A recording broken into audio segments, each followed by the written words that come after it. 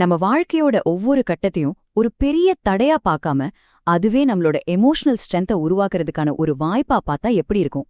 வாங்க, இந்த முழு அலசல்ல நம்ம வாழ்க்கை பயணத்தையே ஒரு பவர்ஃபுல்லான எமோஷனல் டூல் கிட்ட உருவாக்குற ஒரு ப்ராசஸை எப்படி மாத்துறதுன்னு பார்க்கலாம்.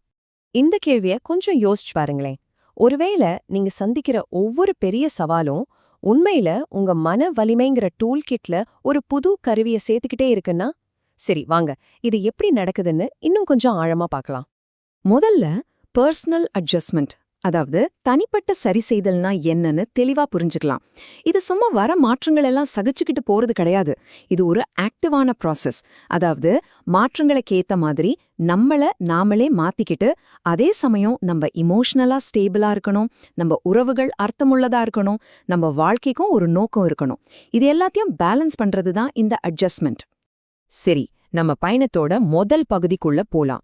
இங்கேதான் நம்ம டூல் கிட்டுக்கு தேவையான ரொம்ப முக்கியமான ஃபவுண்டேஷனல் டூல்ஸை நம்ம உருவாக்குறோம். நம்ம எதிர்கால வளர்ச்சிக்கு இதுதான் ஒரு அஸ்திவாரம் மாதிரி. நம்மளோட முதல் கருவிகள் பாத்தீங்கன்னா நம்ம சின்ன வயசுலே உருவாக ஆரம்பிச்சிடுது. மத்தவங்கள சார்ந்து இருக்கிற நிலைமையிலிருந்து கொஞ்சம் கொஞ்சமா சுதந்திரமா செயல்பட கத்துக்கும்போது நமக்கு கிடைக்கிற ஒரு பலம் தான் பாதுகாப்பு.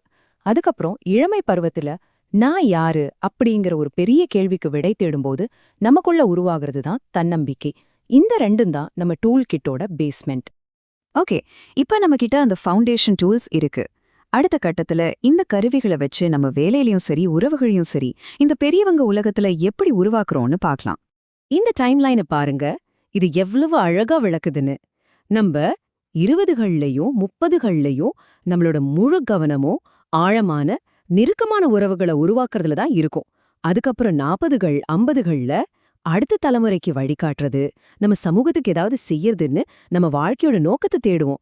60 வயசுக்கு மேல நம்ம வாழ்ந்த வாழ்க்கை முழுமையா இருந்ததான்னு பாக்குறதுல நம்ம கவனம் திரும்பும்.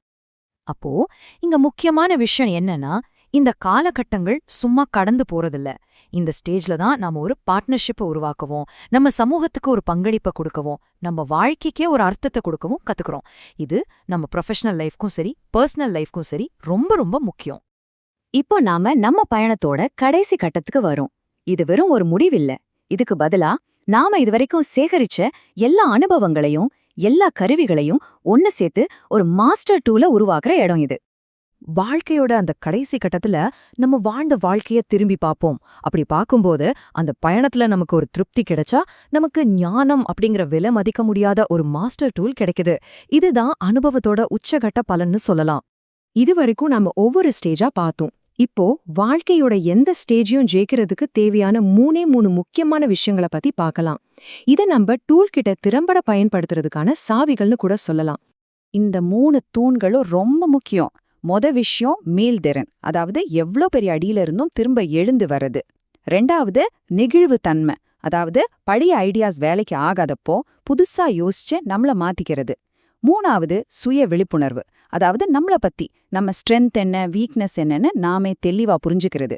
இந்த 3 இருந்தா போதும் எந்த சவாலையும் ஈஸியா சமாளிக்கலாம். சரி, இது ஒரு சிம்பிளான ஆக்ஷன் பிளானா மாத்திரலாம்.